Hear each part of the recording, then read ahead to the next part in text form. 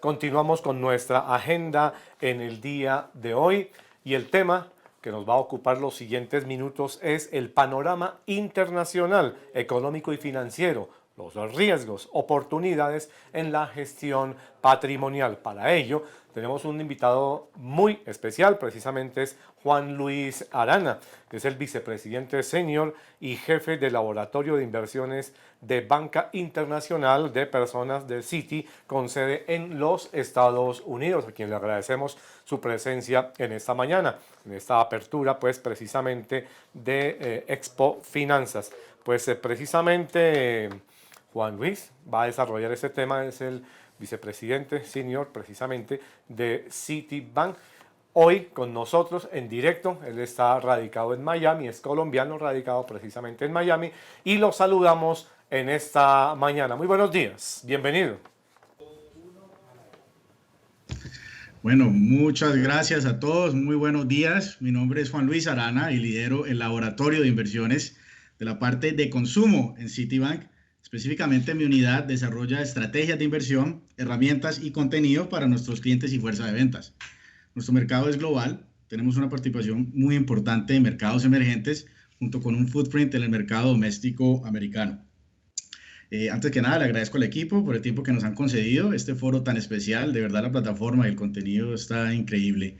Entonces, dicho esto, quería utilizar este espacio para hablar un poco sobre la visión macro de Citi y tomar preguntas al final. Este espacio es de ustedes y me gustaría que el contenido sea lo más relevante posible. Entonces, empezando, avanzo un poco en la presentación, vamos a estar aquí. Diría que nuestra visión es cautelosamente positiva. El mes de noviembre nos trajo un grado de claridad que no habíamos tenido en todo el año, no solo en el mercado, en las bolsas de valores, pero francamente en ninguna otra parte de nuestras vidas. Esto naturalmente se debe a las elecciones y a la vacuna. Entonces, antes de hablar de la vacuna, me gustaría enfatizar nuestra visión inicial respecto a la pandemia. En Citi, nosotros argumentamos que el coronavirus es un choque exógeno a la economía global. Esta recesión que ocurrió a raíz de la pandemia no es un producto de fuerzas de mercado o exceso en una industria. Y a esto me refiero, por ejemplo, a Y2K en el 2001 o la crisis de crédito bancaria del 2008. Y una vez esta dejara de ser un factor, podríamos esperar una recuperación cíclica. Y creo que esto va muy de la mano con la data que compartió el conferencista anterior, el cual encuentra, sus estudios encuentra una normalización en consumo y gasto. Entonces, exactamente qué ocurrió este mes. Bueno, el 9 de noviembre Pfizer anunció que la vacuna que estaba desarrollando con BioNTech tiene un 90% de eficacia contra el coronavirus.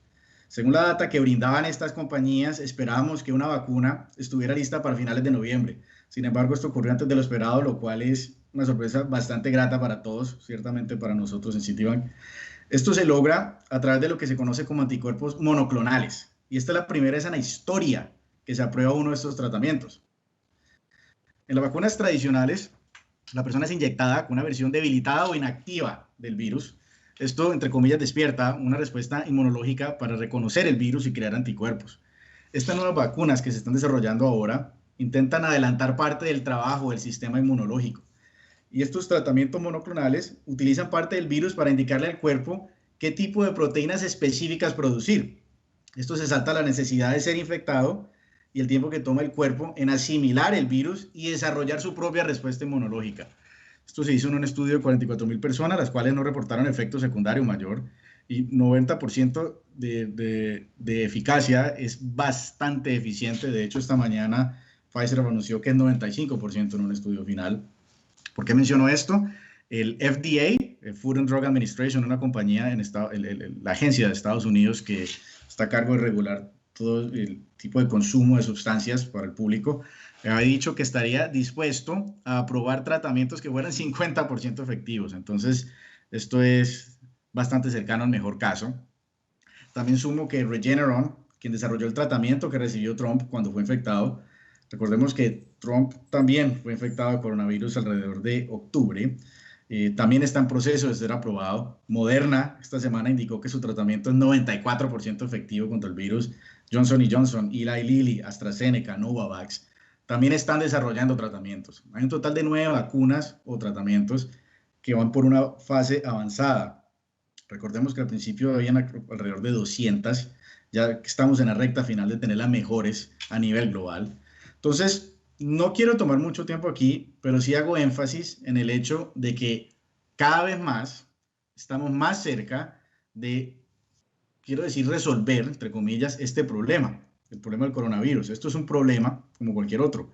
Y creo que no debemos subestimar o ignorar el hecho de que décadas de estudios, desarrollos tecnológicos, millones invertidos, no solo en capital, sino en labor humano, todo esto, el agregado de todo esto, ha culminado en esta muy buena noticia para la humanidad. Esto es una victoria, creo que no hay otra forma de decirlo, y naturalmente hay que entenderlo como tal. No solo lo positivo que es, sino también las implicaciones económicas y para los inversionistas. Ahora, esto es positivo, pero también estamos cautelosos. Naturalmente hay una serie de problemas que siguen en pie. Parecen que esto es más que todo de índole logística. La vacuna no se ha comercializado, no se ha usado masivamente. Tampoco sabemos cuánto dura el efecto de esta vacuna.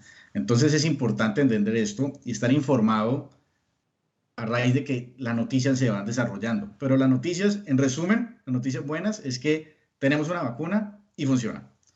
Entonces, esto es en relación a la vacuna. Mencioné que habían dos factores. El segundo factor, el cual nos trae un poco más de claridad en estos días, es político. Ya terminamos las elecciones de Estados Unidos. Biden ganó por voto popular y electoral. No quiero hablar mucho del colegio electoral. Si hay preguntas más adelante, podemos hablar del colegio electoral. Por un lado, es un gran positivo cerrar esta etapa. El 2020 ha sido caótico y estas elecciones le sumaron más presión de lo que se esperaba. En algún momento estaban coqueteando con la posibilidad de extender elecciones, algo que no se había hecho. Entonces, cerramos elecciones, pero esto también nos aclara en un lado, pero también trae incertidumbre en otro, y entiendo, y explico. Entonces, en Estados Unidos se esperaba un blue wave. Azul es el color del Partido Demócrata, y se esperaba que ganara Biden y que el Partido Demócrata tuviera control de ambas cámaras del Congreso. Esto parece no ocurrió. Nos indica que veremos un Congreso el cual posiblemente va a estar peleando, no va a tener mucha libertad de operar, pero esto no es atípico, esto es usual.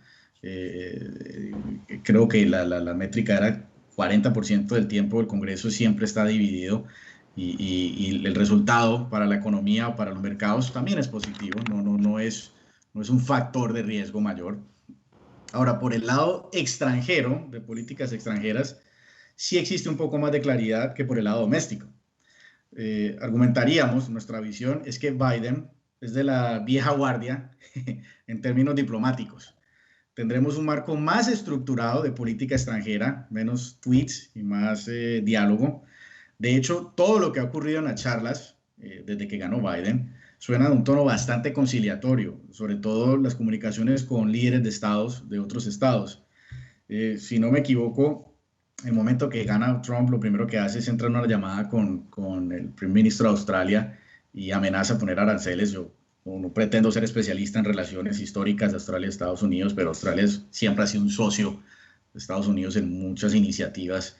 Entonces esperamos que devolvernos un poco en ese tipo de manejo. Entonces la gran variable que queda hoy en día es China. Y lo que se escucha por ahora en términos de relación con China es no se va a deshacer o finiquitar estos diálogos con China, ya que muchos de estos puntos iniciales no se han resuelto. Por ejemplo, y más importante es la propiedad intelectual. Pero se espera tener otro estilo.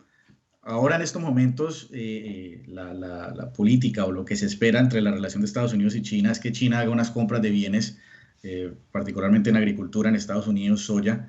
Se espera que compren 800 billones de dólares, 800 mil billones de dólares, de los cuales han gastado más o menos 200. No quiero decir que ese dinero no le duele a China, pero esto no resuelve el problema. Poner órdenes de compras no es un approach inteligente a diplomacia, sobre todo con un país como China. Ahora, la agenda doméstica, como mencioné anteriormente, sí vamos a tener un poco menos de claridad. La rama ejecutiva tiene más flexibilidad por el lado extranjero. Por el lado doméstico, todo lo que es iniciativas, presupuestos, todo esto tiene que ser ratificado por el Congreso, el cual no se ha definido. Y como suele ser en todas las elecciones, el resultado final depende de un grupo pequeño en muy pocos estados y de hecho el siguiente evento relevante por el punto de vista político en Estados Unidos, las elecciones de Georgia. Esto va a definir cómo va a lucir el Senado. Entonces, esto ocurrirá el 5 de enero, es importante tener esto. Entonces, estamos bien de tiempo, pero me voy a saltar una parte de políticas. Solo menciono muy rápidamente, la plataforma de Biden es incrementar impuestos, no tanto incrementar, sino normalizar. Trump en el 2017 baja la tasa de impuestos corporativa máxima de 35 a 21. Biden la quiere subir a 28. Mucho gasto en infraestructura.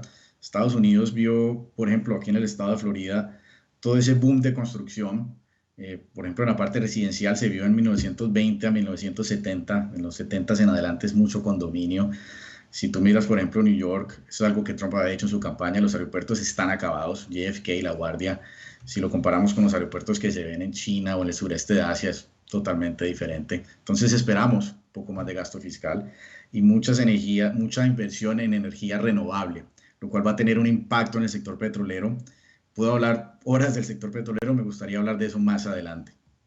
Entonces, como dijimos anteriormente, sí tenemos una vacuna, pero todavía hay un par de cosas por resolver. Las infecciones van a seguir incrementando, pero nos gustaría poner esto en contexto. Si vemos la data, vemos que las hospitalizaciones y las infecciones están incrementando, pero nuestra opinión es que el impacto económico no va a ser el mismo y me gustaría ponerlo en contexto. ¿Por qué? Al principio del año teníamos cero información, o por lo menos una fracción de lo que sabemos hoy en día. Teníamos data preliminar de China, habíamos visto la reacción de China, teníamos una serie de estudios por parte de la OMS, encontraban que todo el mundo iba a contraer el virus y 3.5% de la población iba a morir. Estamos hablando de más de 200 millones de personas o toda la población de Brasil iba a fallecer por el virus. Hoy en noviembre sabemos muchísimo más. Tenemos herramientas y medidas específicas para lidiar con el virus. También tenemos una serie de soporte económico. Entonces, también otro tema que comparto es que la química del virus como tal es diferente y eso es algo interesante. Parece que el virus no es tan letal porque de hecho el virus evolucionó. Y esto es una cosa que muy interesante que mencionaron los científicos al principio. Hay una relación directa entre cuán letal es un virus versus cuán fácil se propaga. Si un virus es muy letal, no se puede expandir tan rápido porque naturalmente le hace daño a la persona. Entonces, si vemos la data económica, yo utilizo, por ejemplo, la producción de carros en Estados Unidos, está bajo un 80% en el segundo trimestre del año. Esto no fue visto ni en la depresión, ni en la guerra mundial, ni en la crisis del 2008, ni cerca. Esperamos que vuelva a bajar de esa forma. El consumo minorista en Estados Unidos está por encima de final del 2019. La data que provee Google y tiene el Mobility Tracker, que según con los teléfonos hace seguimiento de cómo se está movilizando la gente, indica que la gente está una vez volviendo a trabajar o por lo menos buscando actividad. Entonces, esto es positivo. Y tampoco me olvido del estímulo fiscal. El estímulo fiscal es importante y hablo solamente de Estados Unidos. Estados Unidos en estos 6 meses ha inyectado un total al mercado directamente de 6 trillones de dólares. Entonces quiero poner esto en contexto. La economía de México es aproximadamente 1.200 millones de dólares en un año. Ese es el PIB de México. Aproximadamente este año va a cerrar un poco más bajo. En Estados Unidos, en estos 6 meses, desde marzo hasta finales de agosto, se inyectaron 6 trillones, el equivalente a 5 veces. Toda la economía de México fue inyectada directamente al mercado, al consumidor, a los estados, a las ciudades, a las compañías. Entonces, eso naturalmente le puso un fondo al daño económico que se iba a causar. Entonces, eso es por la parte del desarrollo que vemos. Me gustaría hablar un poco de riesgos y aquí miro la pantalla. Para propósitos de esta reunión me enfocaré en Latinoamérica. Y Latinoamérica, solo mencionaré Argentina y Brasil, los cuales son los dos focos donde consideramos que puede haber un poco más de riesgo. Argentina acaba de salir de su 9ª bancarrota en 100 años. El país salió con una posición económica muy débil en términos de reservas.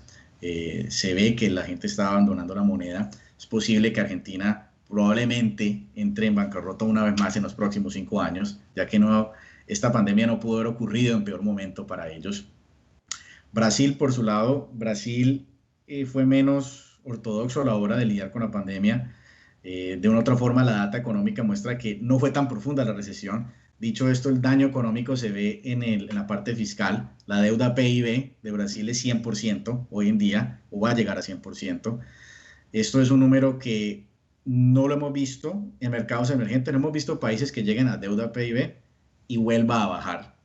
Eso es un número de point of no return, como mucha gente argumenta, ya el punto donde no te puedes devolver porque ya tienes un daño al crecimiento a largo plazo. Estados Unidos, Japón tiene deuda PIB de 200%, pero estos son países desarrollados que pueden monetizar su déficit. Es decir, la tesorería imprime deuda para financiarse y el Banco Central compra esa deuda porque ellos tienen el derecho de imprimir su moneda y naturalmente una moneda más fuerte tiene más espacio, más amplitud para aguantar ese golpe fiscal. En mercados emergentes no es así. Nuestros países sí están sujetos a sufrir el golpe entero de la inflación cuando empiezas a imprimir monedas. Y cierro con México. México, naturalmente, un mercado grande de crecimiento. Una presidencia de Biden sería más positiva para esa relación comercial que hay en México. Uno de los, pues comparto, recuerdan en Brasil hace un par de años tuvo Lava Jato, fue la investigación de corrupción que salió a través de las coimas que se pagan entre Odebrecht y Petrobras. México está entrando en una de esas. Inclusive el ministro de Finanzas lo están acusando y lo quieren meter a la cárcel junto con el general Cienfuegos, quien fue ministro de Defensa. Entonces hay una serie de volatilidad, no de tema económico, sino político, que puede causar un poco más de estragos regionalmente. Entonces, esto es lo que vemos para Latinoamérica. Tenemos más convicción en el resto del mundo. Más adelante hablo un poco de esto. Entonces, volviendo al tema, ya pasaron las elecciones, ya tenemos los indicios de una vacuna, los primeros indicios de una vacuna. ¿Ahora qué? Y eso es una de las preguntas que tenemos con clientes. Es aquí en este momento, donde estamos hoy en día, noviembre 18, donde nosotros desarrollamos aún más convicción en nuestra visión inicial, la cual es, esto es un choque exógeno. Una vez se vaya, veremos una normalización. Ya conocemos el efecto de la pandemia y ya sabemos que estuvimos en recesión. Y no olvidemos qué ocurre después de la recesión, la expansión. Entonces, consideramos que este es el principio de un nuevo ciclo económico. Como tal, va a traer una serie de desarrollos positivos más adelante, creación de trabajo, demanda, capital, nuevas oportunidades de inversión y, naturalmente, beneficio económico para todo el mundo. Pronosticamos un crecimiento global por encima del 4%. Naturalmente, esta recuperación no será uniforme, ya que ha habido pérdidas permanentes laborales. En la parte del mercado de la Bolsa de Valores de Estados Unidos, el S&P 500, esperamos utilidades por acción del 20%, a raíz de la caída que vimos el año pasado. Junto con la normalización, esperamos un 20% en utilidades para las compañías. Y de hecho, incrementamos el pronóstico para el S&P 500 para finales del 2021 a finales del 2021 a 3.800. Entonces, dicho esto, consideramos que los inversionistas deberían ajustar sus portafolios para tomar provecho de estos desarrollos. Y naturalmente entendemos que hay un poco de incertidumbre, pero argumentaría que esperar a que toda la data sea positiva implica pagar precios más altos a la hora de invertir. Entonces, con esto me gustaría pasar un poco a la visión de Citi en términos de inversión.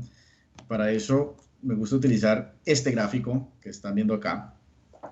Este es un gráfico que lo utilizamos mucho en nuestras reuniones, el cual estamos viendo 5 años de retornos en la Bolsa de Valores de Estados Unidos en el S&P 500. Vemos el referendo de Grecia, la devaluación del yuan en el 2015. Eso vio una caída del 8% en menos de un segundo en la Bolsa de Valores de Estados Unidos. Cuando el petróleo bajó $26 por barril, esto le dejó un hueco fiscal a muchos países, algunos se siguen recuperando.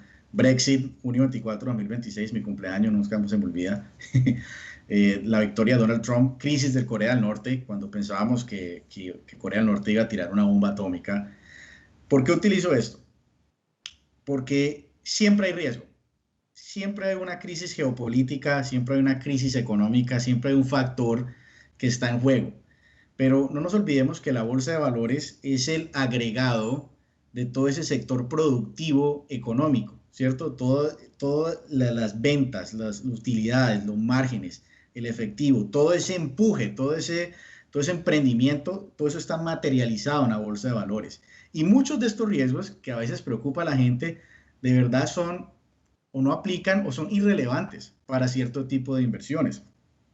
Ahora, estos son 5 años. Si adelantamos un poco más, este es el agregado de invertir a largo plazo, pero me voy a saltar esta página y creo que esta es la que hace el punto más claro. A la hora de hablar con clientes siempre recibimos dos preguntas. ¿Cuánto voy a ganar y qué pasa si el mercado cae?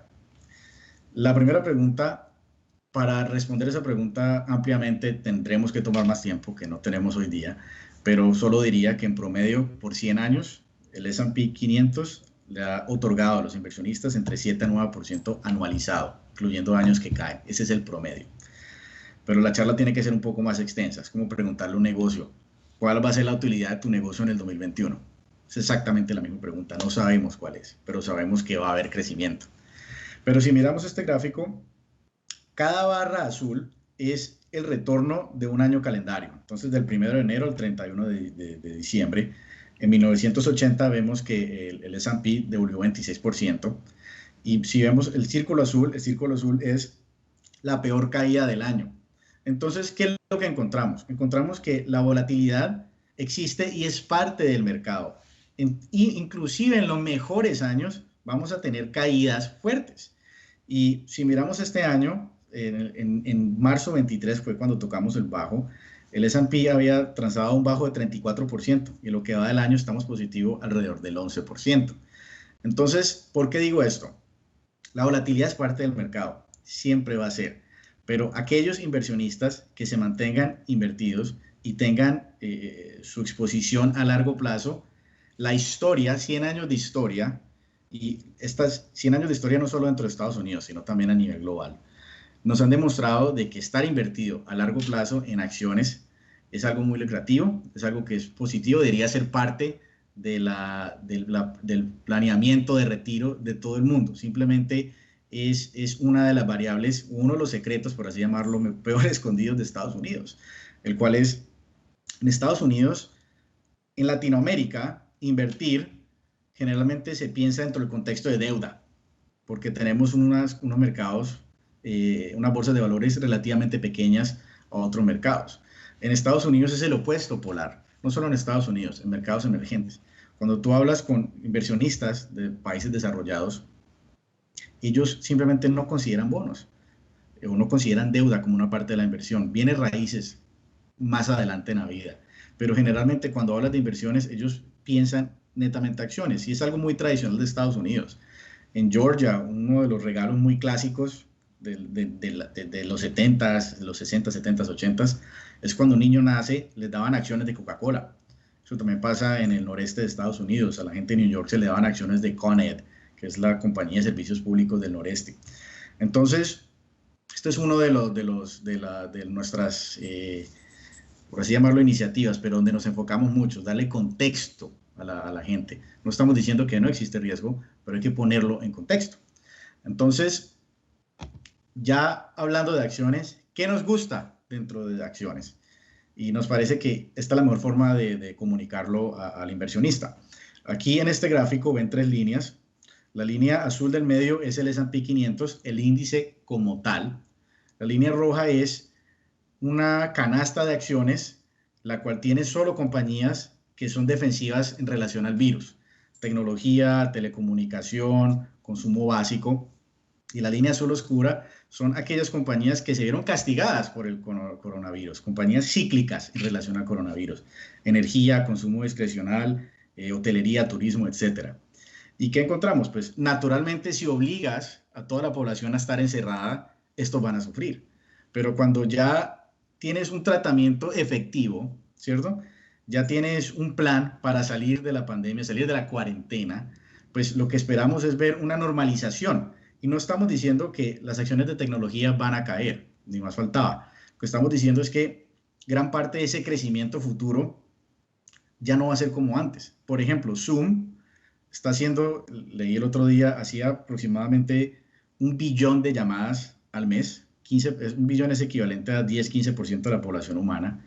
Eso es lo que está haciendo un día. Cuando haya, esto es lo que está haciendo al mes, cuando tengamos una resolución a la pandemia, No creemos que la propuesta de Zoom vaya a ser peor, simplemente no va a haber necesidad de utilizarlo tanto. Mientras tanto, todo lo que es energía, consumo cíclico, servicios bancarios, todo eso va a incrementar. Entonces, este es el material que tengo para ustedes hoy día. Espero que les haya interesado. No quiero pasarme de tiempo y me gustaría abrir la línea para preguntas. Bueno, muy bien, pues seguimos adelantando Expo Finanzas. Hay unas preguntas muy interesantes que tenemos para Juan Luis, que nos han llegado a través del chat. Les recuerdo, ustedes pueden utilizar el chat para enviar sus inquietudes, preguntas, comentarios en el chat. Todo esto dentro de nuestra plataforma digital en este evento, Expo Finanzas. Muy bien, la primera pregunta dice así: las personas que tengan unos ahorros, ¿qué les recomienda? ¿Dónde invertir? Y la unimos con una segunda pregunta que dice: ¿cuál es la inversión que no debe considerarse en una crisis? Adelante. Bueno, muy buena pregunta. Empiezo con la segunda. ¿Qué no se debe considerar en una crisis? Cada crisis es diferente. En el 2001 les hubiera dicho ni se acerquen a tecnología. Al principio en esta pandemia les hubiera dicho tienen que estar sobreponderados en tecnología. Entonces depende mucho del mercado que está ocurriendo. Sin embargo, dicho esto, consideramos que siempre hay que tener un pensamiento a largo plazo a la hora de invertir. Y hay dos formas de verlo. Hay compañías que están experimentando algún tipo de crecimiento secular a largo plazo y hay tipos de inversiones que simplemente están atractivas ahora. Bajo de precio, entonces va a subir. Nos gusta, preferimos no invertir en la segunda. Preferimos siempre estar en la parte favorable de tendencias a largo plazo. Una de ellas, de nuestras tendencias, que inclusive, que esto puedo compartir un poco al respecto, Citi considera que hay una serie de tendencias imparables en el futuro y voy a hablar de una de ellas. Por ejemplo, lo que es el incremento o el ascenso de Asia. Asia emergente es la única región en todo el mundo que ha crecido su participación a la economía global. Tiene una clase media enorme que ahorra en cantidades masivas, ahorran más que nadie. Entonces, todo esto culmina en que en las próximas 2 décadas vamos a ver un crecimiento esperado de 1.700 millones de personas en la población de la clase media de Asia emergente. Esto es casi 3 veces toda la población de Latinoamérica. Cualquier negocio que tiene apetito global debe considerar a Asia como mercado. Entonces, nos gusta ese tipo de tendencia, nos gusta Asia. Otra tendencia imparable que vemos es la longevidad. No hay forma de evitarlo. Es un hecho que todos nos estamos envejeciendo. Al mismo tiempo, las expectativas de vida han incrementado. La población, la población de personas mayores de 65 años se va a doblar en los próximos 30 años y al mismo tiempo la data indica que personas de 80 años requieren 6 veces más atención médica que una persona de 60. Entonces es una aceleración en atención médica. Si vemos la necesidad de atención médica que existe hoy, la que vamos a tener y la que vamos a necesitar en el futuro, vemos que hay un diferencial masivo entre demanda y oferta. Y consideramos que hay mucho potencial en este segmento, en invertir en todo lo que es salud a largo plazo. Esto no es solo por la pandemia, esto es por demográficos. Y los demográficos no hay forma de cambiarlos, simplemente no hay forma de cambiarlos. Y por último, digital, tecnología.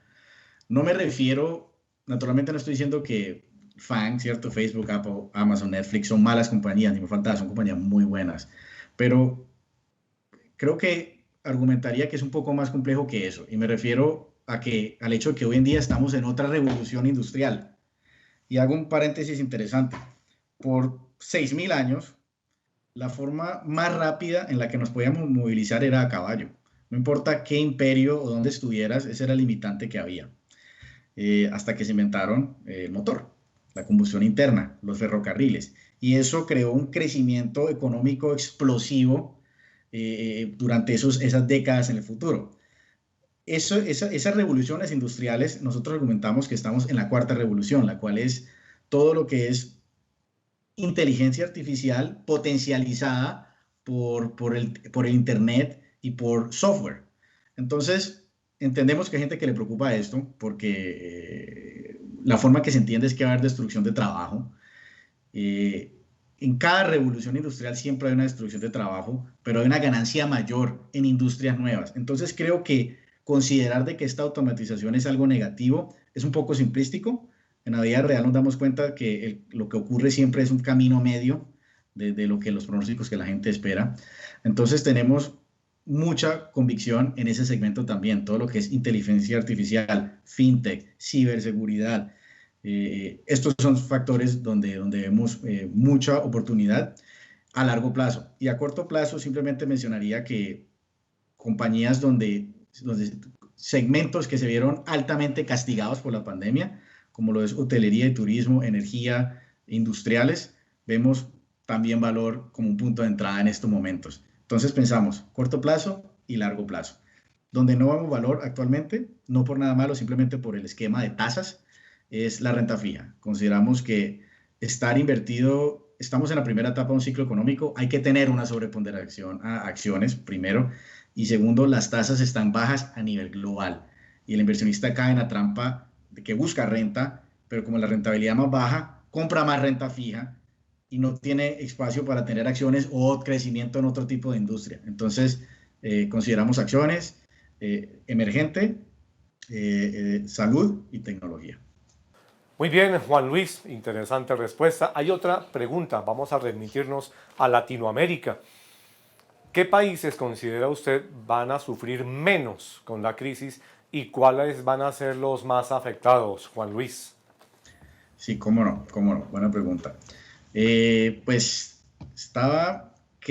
no tengo reporte más reciente de Latinoamérica, pero les puedo comentar un poco al respecto. Es curioso, Perú es un país, estaba leyendo el otro día un artículo sobre cómo medimos desarrollo económico con métricas fuera de PIB. Y encontramos que desarrollo urbano es uno de ellos. Y si hacemos un estudio de cuál es el diferencial más grande entre la ciudad más grande versus el tamaño de la ciudad más grande versus el tamaño de la segunda ciudad más grande, ¿cierto? Entonces, Nueva York contra California, Bogotá contra Medellín o Cali, encontramos que el diferencial más grande del mundo está en Perú. Lima es 12 veces más grande que la segunda ciudad más grande. Por ende, se vio que el impacto económico en Perú fue tan fuerte. Dicho esto, Perú tiene un esquema altamente conservador a la hora de manejar su economía. Ellos no están endeudados, el déficit fiscal ha sido muy razonable. Esa producción de minería la han manejado bien. Entonces, aunque esperábamos que Perú iba a sufrir mucho, resulta que de hecho no fue así. El que sí iba a sufrir más es Argentina, indiscutiblemente. Hago un paralelo. Argentina hoy en día, después de la bancarrota, Argentina hoy en día tiene aproximadamente 7 a 8 mil millones de dólares en reservas soberanas. Esto es para la segunda economía más grande de Latinoamérica, excluyendo México. México lo contamos en Norteamérica. Colombia tiene 50 a 60 mil millones de dólares. Colombia tiene muchas más reservas que Argentina. Argentina está al punto de perder confianza absoluta en la moneda. Naturalmente, el peso es parte del comercio día a día. No estoy queriendo ser muy exagerado, pero el hecho es que cualquier tipo de negocio mayor siempre está fijado al dólar. Argentina está queriendo traer confianza al peso, ¿cierto? Para de una u otra forma pelear esa inflación. Porque, ¿qué pasa? Argentina es una economía que depende mucho de exportaciones de bienes de agricultura y energía, sobre todo gas natural, ahora con YPF, la compañía de ellos, el equivalente a Ecopetrol de Argentina.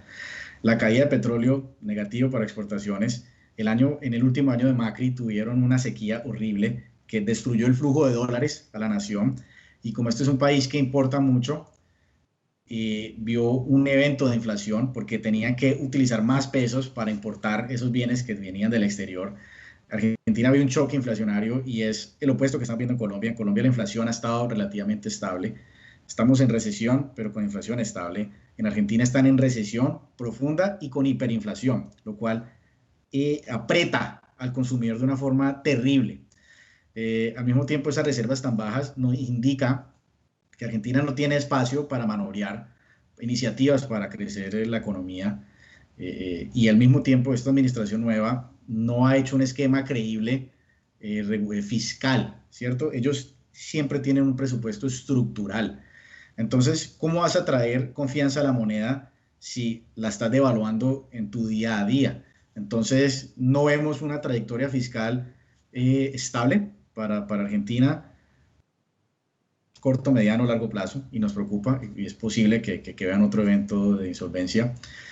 Chile ha sido un país de los mejores posicionados. Naturalmente era un cambio en la constitución. No sabemos cómo va a lucir eso, pero de todas formas Chile tiene un esquema muy productivo, económico, y un país que se habla mucho, en el cual francamente no conozco mucho la trayectoria, es Paraguay. Paraguay ha tenido una serie de administraciones muy efectivas en fomentar negocio, y eso se ha visto en la data económica, y está haciendo una serie de obras de infraestructura que van a ser solo positivas para la economía. Por último, Colombia, Colombia no fue tan mal. Naturalmente uno como local, uno tiene una visión un poco más negativa de su país, pero en términos relativos, esperamos una caída del 6.2%, lo cual es mejor que el promedio regional. La caída de toda Latinoamérica va a ser de 7.7%. El déficit fiscal al cierre de este año va a ser aproximadamente 9%. Esto es déficit y cuenta corriente. Si comparamos con Brasil o México, México no, perdón, si Brasil, Argentina, cualquier otro de estos países, es peor. Entonces, Colombia no consideramos que vaya a sufrir tanto como esperado. Sí nos preocupa la calificación crediticia de Colombia. Las agencias han comunicado múltiples veces, su preocupación con la deuda a PIB, la cual se mantiene en 65%, se espera al final de esta pandemia.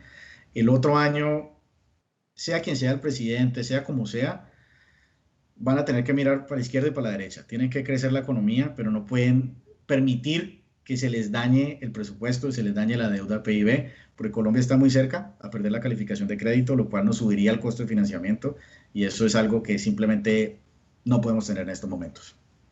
Bueno, muy bien. Muchas gracias a Juan Luis Arana desde Miami,